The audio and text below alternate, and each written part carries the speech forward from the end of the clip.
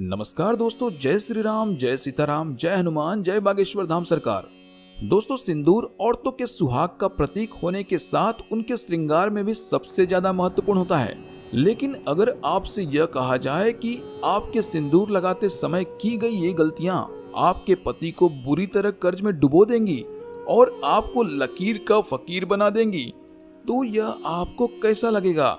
दोस्तों, घबराने की जरूरत नहीं है। ये सब हम आपको डराने के लिए नहीं कर रहे हैं, बल्कि बागेश्वर धाम के गुरुजी ने अपने भक्तों को सिंदूर लगाने के कुछ ऐसे महत्वपूर्ण नियम बताए जिन्हें जानने के बाद आप अपने पति के लिए किस्मत के दरवाजे खोल सकती हैं और उनकी तरक्की दिन दुगनी रात चौगनी हो सकती है। लेकिन वहीं साथ में गुरुजी ने यह भी बताया है कि जो औरतें सिंदूर लगाते समय यह गलतियां करती हैं, उनके पति की उम्र तो कम होती ही है, साथ ही दुर्भाग्य भी उनके दरवाजे पर दस्तक देता है। तो अगर आप भी जानना चाहती हैं कि सिंदूर लगाते समय हमें वह कौन सी बातों का ध्यान रखना चाहिए, तो इस वीडियो को आखिरी तक जरूर देखिएगा। दोस्तों, स्वागत है आप सभी का कथा संजीवनी पर। आगे बढ़ने से पहले वीडियो को लाइक जरूर कर दें, जिससे कि श्री बालाजी बागेश्वर की कृपा आप पर सदैव बनी रहेगी। तो चलिए वीडियो में आगे बढ़ते हैं। दोस्तों, एक शादीशुदा स्त्री की पहचान उसका सिंदूर ही होता है और हिंदू धर्म में कहा जाता है कि औरत जितनी लंबी अपनी मांग भरती है, उसके पति की आयु भी उतनी ही लंबी होती है।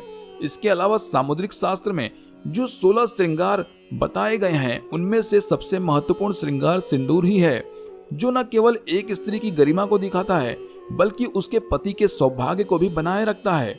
लेकिन आधुनिकता के चलते औरतों में मॉडर्न बनने की होड़ में इस परंपरा को एक तरफ उठा कर रख दिया है। अब या तो महिलाएं अपनी मांग में सिंदूर लगाती ही नहीं है, या फिर टेढ़ी मेढ़ी मांग भरकर उल्टा सीधा सिंदूर भरने लगी हैं, और इसकी वजह से उनके जीवन में परेशानियां चलती रहती हैं और फिर वह औरतें अपने भाग्य को और भगवान को दोष देती हैं। लेकिन आज का यह वीडियो देखने के बाद आप जरूर समझ जाएंगे कि हमारी ही गलतियां हमारे कर्मों का निर्धारण करती है और हम सभी पर भारी भी पड़ती है। तो गुरुजी कहते हैं कि औरतें सिर धोने के तुरंत बाद सिंदूर लगा लेती हैं या फिर गीले बालों में सिंदूर लगाती हैं, तो ऐसे में उनके पति कर्ज में डूबने लगते हैं और उनके काम धंधे भी ठप होने लगते हैं। साथ ही आपको यह भी बता दें कि शास्त्रों के अनुसार गीले बालों में सिंदूर भरने से इसका प्रभाव महिलाओं के मन पर पड़ सकता है और उनके मन में बुरे बुरे विचार आ सकते हैं, और ऐसा करने से पति पत्नी के रिश्ते में लड़ाई झगड़ा और पारिवारिक क्लेश हो सकता है।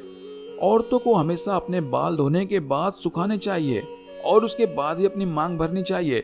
इसी के साथ गुरुजी यह भी कहते हैं कि फैशन में महिलाएं अलग अलग बनावट के कपड़े पहनने लगी हैं, उसी तरह सिंदूर को भी अपनी सहूलियत के हिसाब से टेढ़ी मेढ़ी मांग करके लगाने लगी हैं, जो कि बिल्कुल ही अनुचित है।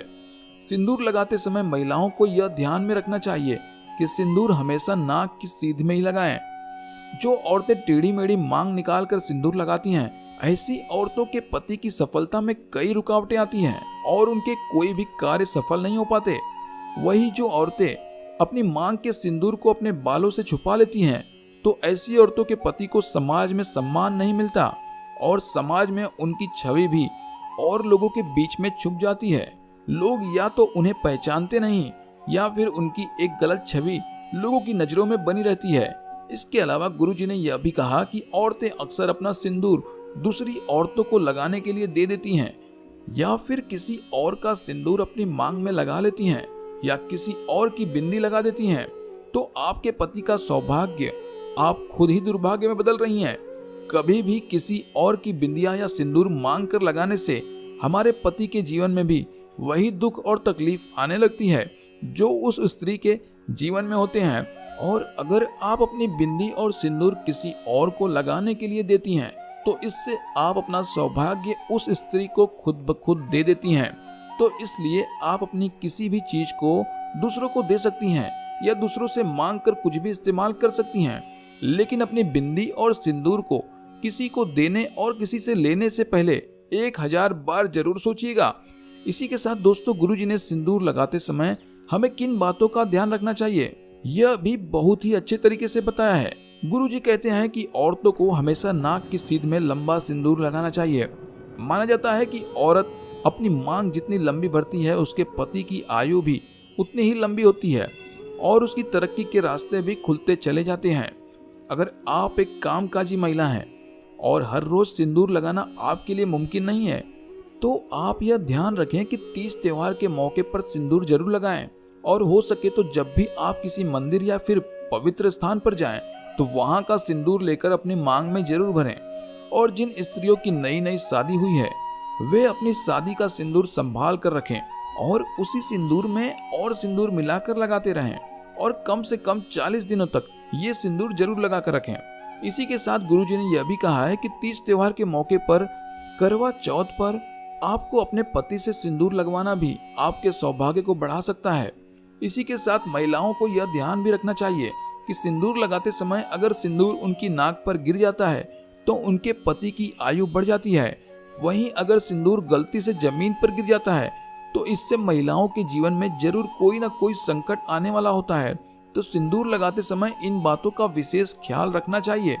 हमारे हिंदू धर्म में एक कथा प्रचलित है कि वनवास के बाद जब एक बार सीता माता अपनी मांग को सिंदूर से भर रही थी, तब हनुमान जी माता सीता से जाकर पूछते हैं कि माता आप यह क्या कर रही हैं। तब सीता माता ने हनुमान जी को बताया कि वह श्री राम की लंबी आयु के लिए अपनी मांग में सिंदूर भर रही हैं। इससे श्री राम प्रसन्न होते हैं। तब हनुमान जी ने सोचा कि अगर इतना सा सिंदूर लगाने से प्रभु की आयु बढ़ सकती है, तो क्यों ना वह अपने पूरे शरीर पर सिंदूर लगा लें। और तभी से हनुमान जी पर सिंदूर चढ़ाने की प्रथा बन गई। तो देखा आपने, अगर सिंदूर में इतनी शक्ति है कि वह भगवान की आयु बढ़ा सकता है, तो इंसान की तो बात ही क्या है। तो दोस्तों, सिंदूर वास्तव में एक महिला के सौभाग्य से जुड़ा होता है, क्योंकि हर एक इंसान के भीतर 7 चक्र होते हैं और जो महिलाएं नियमित रूप से सिंदूर लगाती हैं, उनका 7वां चक्र यानी कि आज्ञा चक्र बिना किसी मेहनत के, तपस्या के एक्टिवेट हो जाता है। और जब किसी व्यक्ति का आज्ञा चक्र जागृत हो जाता है, तो उसे परिस्थितियां भांपने की शक्ति मिल जाती है। तभी तो महिलाओं को आगे होने वाली घटनाओं का अंदाजा बाकी लोगों से पहले हो जाता है।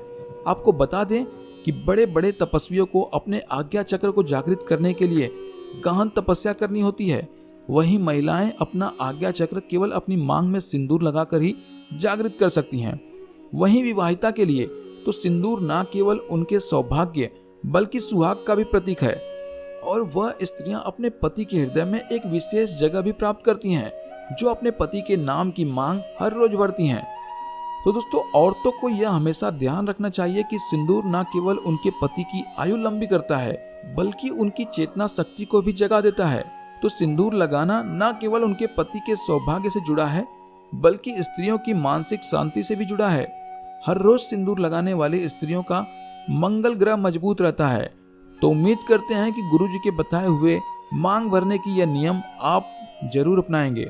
दोस्तों, अगर आपको यह वीडियो अच्छी लगी हो तो वीडियो को लाइक जरूर कीजिएगा और साथ ही कमेंट बॉक्स में जय श्री राम, जय हनुमान, जय बागेश्वर धाम जरूर लिखिएगा और इसे ज्यादा से ज्यादा लोगों तक भी शेयर जरूर करें।